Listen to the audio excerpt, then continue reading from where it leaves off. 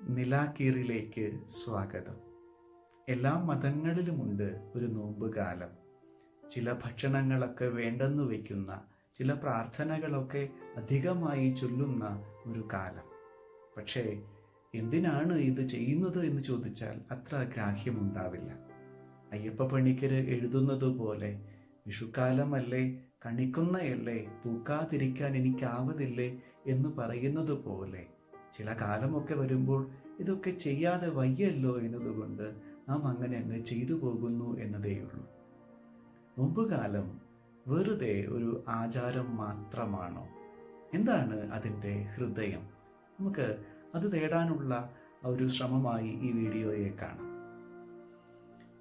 നാം എന്തിനാണ് നോമ്പ് ആചരിക്കുന്നത് എന്ന് ചോദിക്കുമ്പോൾ അതിൻ്റെ അടിസ്ഥാനം യേശു 40 ദിവസം മരുഭൂമിയിൽ ചിലവഴിച്ചതിൻ്റെ ഓർമ്മയാണല്ലോ. അതുകൊണ്ട് തന്നെ യേശു എന്തിനാണ് മരുഭൂമിയിലേക്ക് പോയത് എന്നും ആ 40 ദിവസം അവിടെ എന്താണ് സംഭവിച്ചത് എന്നും നാം കുറച്ചുകൂടി ആഴത്തിൽ അന്വേഷിക്കുമ്പോഴാണ് നാം എന്തിനാണ് നോമ്പ് ആചരിക്കുന്നത് എന്നതിൻ്റെ അർത്ഥം നമുക്ക് മനസ്സിലാക്കുക. എന്തിനാണ് യേശു മരുഭൂമിയിലേക്ക് പോയത്? എന്തിനാണ് യേശു 40 ദിവസം അവിടെ ചെലവഴിച്ചത്? ഈ ഒരു ചോദ്യത്തിന് പഴയ നിയമത്തിൻ്റെ പശ്ചാത്തലത്തിൽ നമുക്ക് കുറെ കൂടി ആഴമായ ഉത്തരം കണ്ടെത്താനായിട്ട് കഴിയുമെന്ന് തോന്നുന്നു. യേശു മരുഭൂമിയിൽ ചെലവഴിച്ച 40 എന്ന സംഖ്യയ്ക്ക് വേദപുസ്തകത്തിൻ്റെ അടിസ്ഥാനത്തിൽ സവിശേഷമായ പ്രാധാന്യമുണ്ട്. നോഹയുടെ കാലത്ത് 40 രാവും പകലുമാണ് മഴ പെയ്യുന്നത്. മോശ മലമുകളിൽ 40 ദിനരാത്രങ്ങൾ ചെലവഴിച്ചിട്ടാണ് ദൈവത്തിൽ നിന്നും കൽപ്പന വാങ്ങിച്ചുകൊണ്ട് ഇറങ്ങി വരുന്നത്. ഏലിയ ദൈവത്തിൻ്റെ ഹോറബ് മലയിലേക്ക് എത്തിച്ചേരാനായി 40 ദിനങ്ങൾ നടക്കുന്നുണ്ട്. ഇനി ഇസ്രായേൽ ജനം 40 വർഷം മരുഭൂമിയിൽ അലഞ്ഞതിനു ശേഷമാണ് കാനാനിലേക്ക് എത്തിച്ചേരുന്നത്. ഇനിയുമുണ്ട് 40ൻ്റെ സവിശേഷത.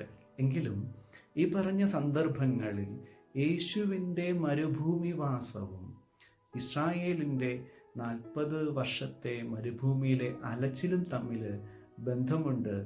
ഒരുപക്ഷെ മറ്റെന്തിനേക്കാളും ബന്ധം ഈ 2 സന്ദർഭങ്ങൾ തമ്മിലാണ് എന്ന് പറയാനായിട്ട് സാധിക്കും.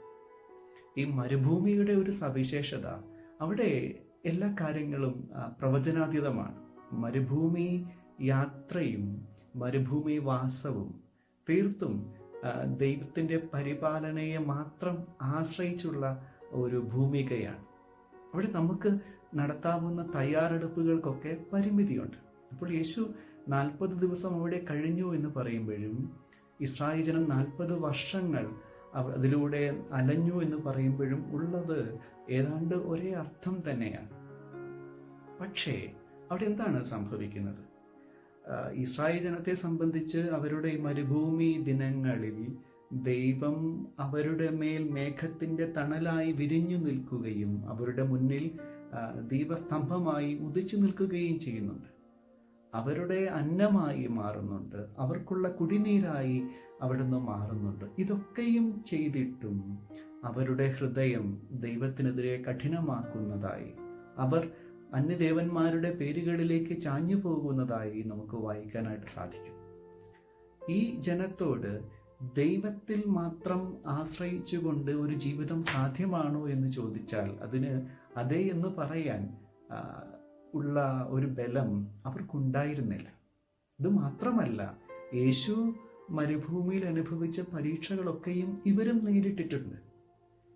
അപ്പത്തിനു വേണ്ടിയുള്ള വിശപ്പ്, അധികാരത്തിനു വേണ്ടിയുള്ള മോഹം, സ്വത്തിനു വേണ്ടിയുള്ള ആർത്തി, ഇതൊക്കെയും അവരിലും കാണാനായിട്ട് സാധിക്കും. ഇതാണെങ്കിലും ഈ പരീക്ഷകളിൽ മോശയുൾപ്പെടെയുള്ളവർ തോറ്റുപോകുന്നുണ്ട്. അങ്ങനെ ദൈവത്തിൽ ആശ്രയിച്ചുകൊണ്ടൊരു ജീവിതം സാധ്യമാണോ എന്ന ചോദ്യത്തിന് അവർക്ക് ബലമുള്ള രീതിയിൽ അതെ എന്ന് പറയാനായിട്ട് കഴിയുന്നില്ല. ഈ ഒരു പശ്ചാത്തലത്തിലാണ് യേശു മരുഭൂമിയിലേക്ക് പോകുന്നത്. എന്തിനായിരിക്കാം യേശു മരുഭൂമിയിലേക്ക് പോയത്? ഇസ്രായേൽ ജനം തങ്ങളുടെ ജീവിതം കൊണ്ട് എഴുതി വെച്ച ചില ബോധ്യങ്ങളുണ്ട്, അതിനെ തിരുത്തി എഴുതുന്നുണ്ട് യേശു. ഇപ്പം തന്നെ അത് യേശു തൻ്റെ ബോധ്യമാക്കി മാറ്റുകയും ചെയ്യുന്നുണ്ട്. ആ ദിനങ്ങൾ ദൈവത്തിൻ്റെ പരിപാലനയിൽ മാത്രം ആശ്രയിച്ച് കഴിഞ്ഞ ദിനങ്ങളായിരുന്നു.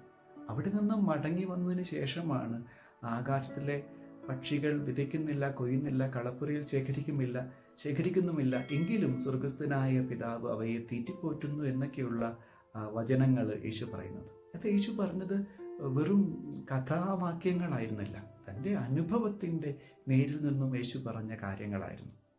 ഇങ്ങനെ പറയാനുള്ള ബലം എവിടെ നിന്നാണ്? എന്തിനാണ് ആ ദിനങ്ങളിൽ യേശു ഉപവസിച്ചത്? മുൻപ് പറഞ്ഞതുപോലെ ഉപവസിക്കാൻ വേണ്ടി ആ മരുഭൂമിയിലേക്ക് പോയതല്ല, മറിച്ച് ദൈവത്തെ കണ്ടുമുട്ടാൻ വേണ്ടിയാണ്. ദൈവത്തെ കണ്ടുമുട്ടിയപ്പോൾ ദൈവത്തെ അപ്പമായി ഉണ്ണുകയും ദൈവമെന്ന വൃക്ഷത്തിൻ്റെ തണലിൽ ഉറങ്ങുകയും ദൈവത്തെ പുതുപ്പായി പുതയ്ക്കുകയും ഒക്കെ ചെയ്ത് കഴിഞ്ഞ നാളുകളായിരുന്നു അത്. ശരിക്കും എന്താ പറയുക, ദൈവത്തെ പോലെ അല്ലെങ്കിൽ പിതാവിനെ പോലെ എന്നെ മറ്റാരും സ്നേഹിക്കുന്നില്ല എന്നും ദൈവത്തെ പോലെ എനിക്ക് മറ്റാരെയും സ്നേഹിക്കാൻ കഴിയില്ല എന്നും യേശു തിരിച്ചറിഞ്ഞ ഒരിടമാണ് മരുഭൂമി. അത് യേശുവിൻ്റെ പരീക്ഷണ ദിനങ്ങൾ എന്നതിനേക്കാൾ യേശുവിൻ്റെ താത അനുഭവത്തിൻ്റെ ദിനങ്ങളായിരുന്നു. അത് അത്രമേൽ തീവ്രവും അത്രമേൽ ആഴവും ഉള്ളതായിരുന്നു. അതൊക്കെയും യേശുവിലെ പുത്രൻ എന്ന ബോധ്യത്തെ കുറെ കൂടി അർത്ഥവും ആഴവും ഉള്ളതാക്കി മാറ്റുന്നുണ്ട്. അങ്ങനെയാണ് യേശു മരുഭൂമിയിൽ നിന്നും തിരികെ വരുന്നത്. അപ്പോൾ യേശുവിനെ സംബന്ധിച്ച് 2 കാര്യങ്ങളാണ് മരുഭൂമിയിൽ സംഭവിച്ചത്. ഒന്ന്, ദൈവത്തിൻ്റെ പരിപാലനയിൽ ആശ്രയിച്ചുകൊണ്ട് ഒരു ജീവിതം സാധ്യമാണെന്ന് സ്വയം ബോധ്യപ്പെട്ടു. ഇസ്രായേൽ ജനം എഴുതിയ ചരിത്രത്തെ അവിടെ നിന്ന് തിരുത്തി എഴുതി. രണ്ടാമത്തേത്, പിതാവിൻ്റെ സ്നേഹത്തിൻ്റെ ആഴം അനുഭവിച്ചു. പിതാവ് യേശുവിൻ്റെ സ്നേഹത്തിൻ്റെ കേന്ദ്രമായി മാറുന്നു.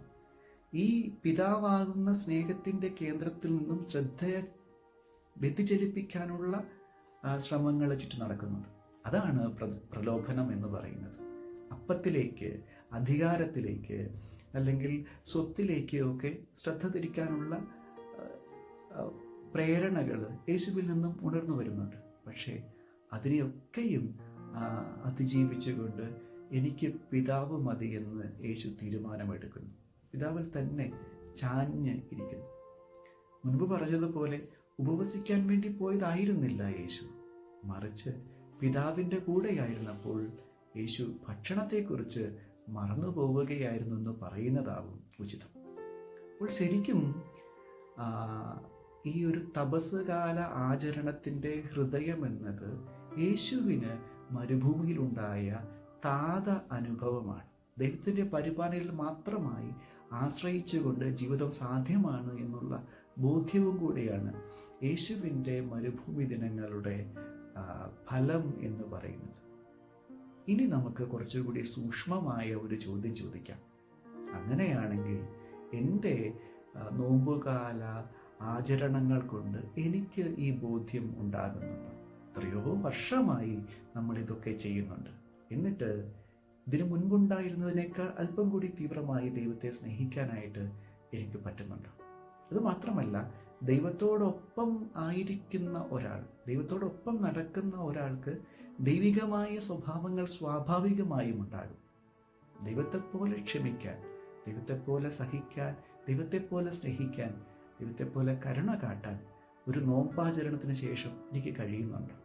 അതല്ല എങ്കിൽ അത് ഒരു ആചാരം മാത്രമായി ഒതുങ്ങിയതിൻ്റെ അടയാളമല്ലേ? നോമ്പ് എന്ന നിലയിൽ നമ്മൾ എന്താണ് ചെയ്തുകൊണ്ടിരിക്കുന്നത്? പ്രധാനമായിട്ടും നമ്മൾ ഉപവസിക്കുന്നുണ്ട്, മാംസവർജന നടത്തുന്നുണ്ട്, ചിലപ്പോൾ ദാനധർമ്മവും കൂടി ചെയ്യുന്നുണ്ടാകും. ഇതുകൊണ്ട് യേശുവിനുണ്ടായ താതാനുഭവം എനിക്ക് ഉണ്ടാകുമോ എന്നുള്ളതാണ് ചോദ്യം. നമുക്ക് കുറച്ചും കൂടി വ്യക്തമായി ചോദിച്ചാൽ, ഈ ഉപവാസം കൊണ്ട് എന്താണ് പ്രയോജനമുള്ളത്? പ്രധാനമായും 2 കാര്യങ്ങൾ പറയാം. ഒന്ന്, അതിന് ആരോഗ്യപരമായി ഒരു മെച്ചമുണ്ട്. എന്താണത്?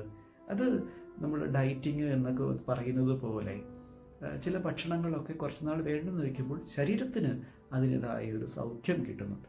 അങ്ങനെ ഉപവാസത്തിന്, മാംസവർജനത്തിന് ശാരീരികമായ ആരോഗ്യപരമായ ഒരു മാനമുണ്ട്. രണ്ടാമതായി അതിന് മാനസികമായ ഒരു തലം കൂടി ഉണ്ട് എന്ന് പറയാം. ചിലതൊക്കെ വേണ്ട എന്ന് വെക്കാനായി കഴിയുമ്പോൾ മനസ്സിന് കുറെ കൂടി ബലം കിട്ടുന്നുണ്ട്.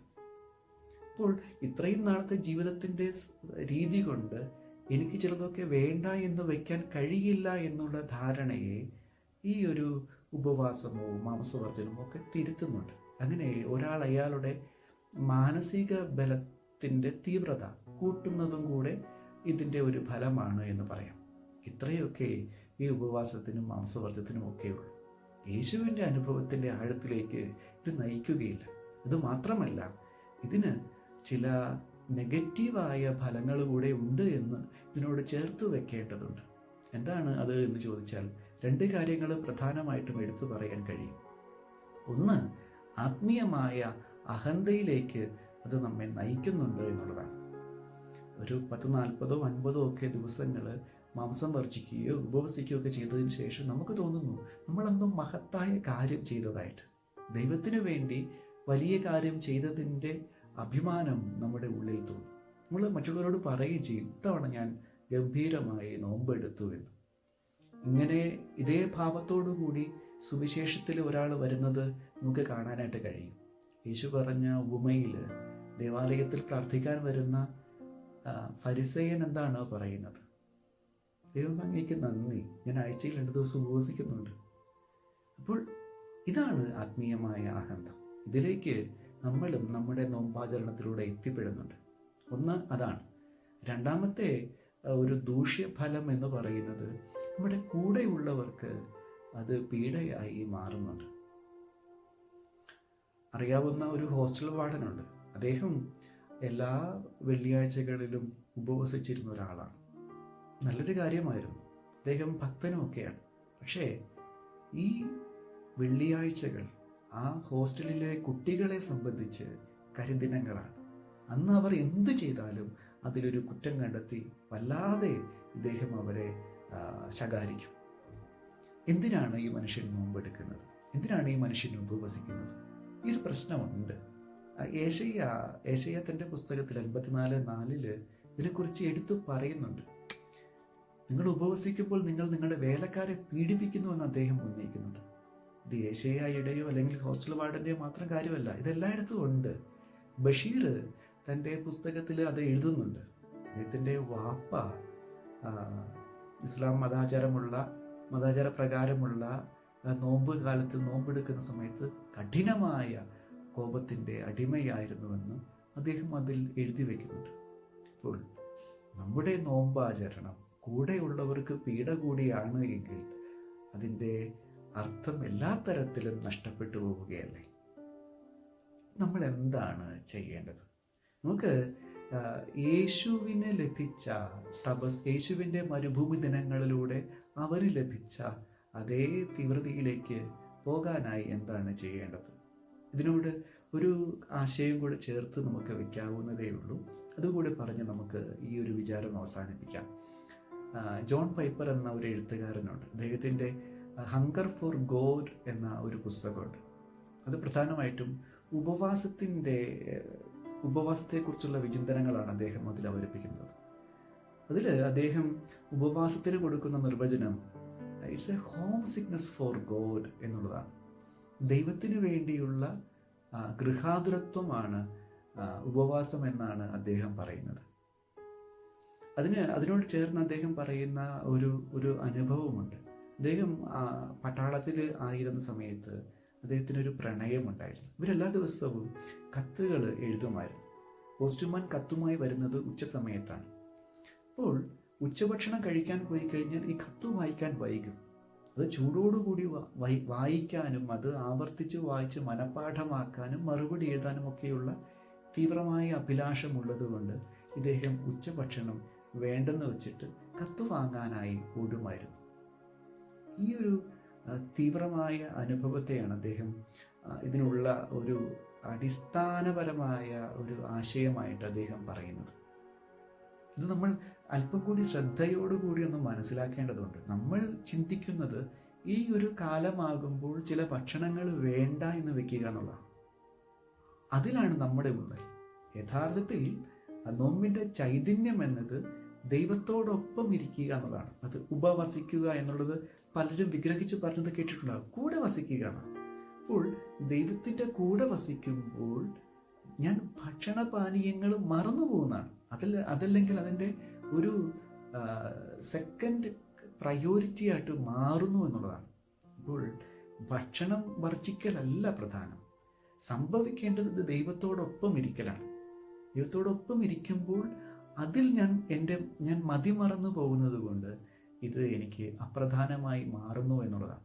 ഇവിടെയാണ് അതിൻ്റെ പ്രധാനപ്പെട്ട ആശയം എന്ന് പറയുന്നത്. ഒപ്പം തന്നെ അദ്ദേഹം അതിനോട് ഇങ്ങനെ തന്നെ കൂട്ടി ചേർക്കുന്നുണ്ട്. അതായത് ഉപവാസം എന്നത് ദൈവത്തോടുള്ള ഗൃഹാതുരത്വമാണ് എന്ന് പറഞ്ഞല്ലോ. ദൈവം എനിക്ക് നൽകിയ ദാനങ്ങളാണ് എൻ്റെ ജീവിതത്തിലുള്ളത്. അങ്ങനെയുള്ള ദാനങ്ങളുടെ പിറകെ ഞാൻ പോയപ്പോൾ ദൈവത്തെ ഞാൻ മറന്നുപോയി. അപ്പോൾ ഇതിൽ നിന്നും എൻ്റെ ശ്രദ്ധ ഞാൻ ദൈവത്തിലേക്ക് തിരിക്കുന്ന ഒരനുഭവമാണ് ഉപവാസം എന്നാണ് അദ്ദേഹം പറയുന്നത്. അപ്പോൾ അത് കുറേ കൂടി വ്യക്തത ഉള്ളതായിട്ട് മാറിയിട്ടുണ്ട്. ഒരു കാര്യം കൂടി അതിനോട് കൂട്ടിച്ചേർക്കാവുന്നത്, ഇപ്പോൾ നോമ്പുകാലാചരണം അല്ലെങ്കിൽ ഉപവാസം, മാംസവർജനം എന്നൊക്കെ നമ്മൾ പറയുമ്പോൾ നമുക്ക് മനസ്സിലാക്കാവുന്ന ഒരു കാര്യം, ഇപ്പോൾ നോമ്പാചരണം എന്നതിൻ്റെ ഏറ്റവും മിനിമം അർത്ഥം നമുക്കതിനിങ്ങനെ മനസ്സിലാക്കാം. നമ്മുടെ ജീവിതത്തിൽ നാം വരുത്തുന്ന ക്രമപ്പെടുത്തലിനെ നമുക്ക് നോമ്പിൻ്റെ ഏറ്റവും മിനിമം അർത്ഥം എന്ന് പറയാം. അതായത് ചില ദുശീലങ്ങളൊക്കെ ഉപേക്ഷിക്കുകയും ചില നല്ല ശീലങ്ങൾ ആർജിച്ച് എടുക്കുകയും അങ്ങനെ എൻ്റെ ജീവിതത്തെ ക്രമപ്പെടുത്തുകയും ചെയ്യുന്നു. ഞാൻ ഇങ്ങനെ ചെയ്യുമ്പോൾ എൻ്റെ കൂടെയുള്ളവർക്ക് അതിൻ്റെതായ നന്മ അനുഭവിക്കാനും കൂടെ പറ്റും. പക്ഷേ ഈ പ്രത്യേകിച്ചൊരു കാലത്തിൽ മാത്രം ചെയ്തതുകൊണ്ട് കാര്യമൊന്നുമില്ല. അതിന് ശേഷവും അത് തുടരേണ്ടതുണ്ട്. അങ്ങനെ എൻ്റെ സ്വഭാവത്തിൽ ഞാൻ വരുത്തുന്ന വ്യതിയാനം ഈ നോമ്പാചരണത്തിൻ്റെ ഏറ്റവും മിനിമം അർത്ഥമാണ് എന്ന് പറയാം. എന്നാൽ നോമ്പാചരണത്തിൻ്റെ ശരിയായ അർത്ഥം എന്താണ് എന്ന് ചോദിച്ചാൽ, യേശുവിൻ്റെ ജീവിതത്തിൽ സംഭവിച്ചതുപോലെ, ജോൺ പൈപ്പർ പറയുന്നത് പോലെ, അത് ദൈവത്തിൻ്റെ സ്നേഹാതിരേകത്തിലേക്കുള്ള മടങ്ങിപ്പോക്കാണ്. ദൈവത്തിൻ്റെ പരിപാലനയിൽ മാത്രം ആശ്രയിച്ചുകൊണ്ട് ഒരു ജീവിതം സാധ്യമാണ് എന്ന് ഞാൻ എന്നെ തന്നെ ബോധ്യപ്പെടുത്താൻ നടത്തുന്ന ഒരു ശ്രമമാണ്. അങ്ങനെയുള്ള ഒരു നോമ്പുകാലമാണ് നമ്മുടെ ജീവിതത്തിൽ വ്യതിയാനമുണ്ടാക്കുന്നത്. അപ്പോൾ നോമ്പിൻ്റെ ചൈതന്യം എന്നത് ഈ ഒരു തിരിച്ചറിവാണ്. എനിക്ക് ദൈവം മതി എന്ന് ഒരാൾ ഉറപ്പിക്കുന്ന സമയമാണ്. മറ്റെല്ലാവിധ വിശപ്പുകളിൽ നിന്നും ദൈവം മാത്രം എൻ്റെ കൊതിയായി മാറുന്ന ഒരു അനുഭവമാണ്. അപ്പോൾ ഇത്രയും നാൾ നമ്മൾ എന്തു ചെയ്തു എന്നത് വിട്ടേക്കാം. ഇനിയെങ്കിലും നോമ്പിൻ്റെ ശരിയായ അർത്ഥം ഉൾക്കൊണ്ട് ദൈവമെന്ന പ്രകാശത്തിൽ നടക്കുവാൻ, ദൈവമെന്ന തണലിൽ ഉറങ്ങുവാൻ, ദൈവമെന്ന പുതപ്പ് പുതയ്ക്കുവാൻ, ദൈവമെന്ന അപ്പം നിറയെ ഉണ്ണുവാൻ ഉള്ള ഒരു ക്ഷണമായി മാറട്ടെ. അപ്പോൾ ഓരോ നോമ്പുകാലം കഴിയും തോറും പതുക്കെ നാം ക്രിസ്തുവായി മാറും. അതിന് ഇടവരട്ടെ. സ്തുതിയായിരിക്കട്ടെ.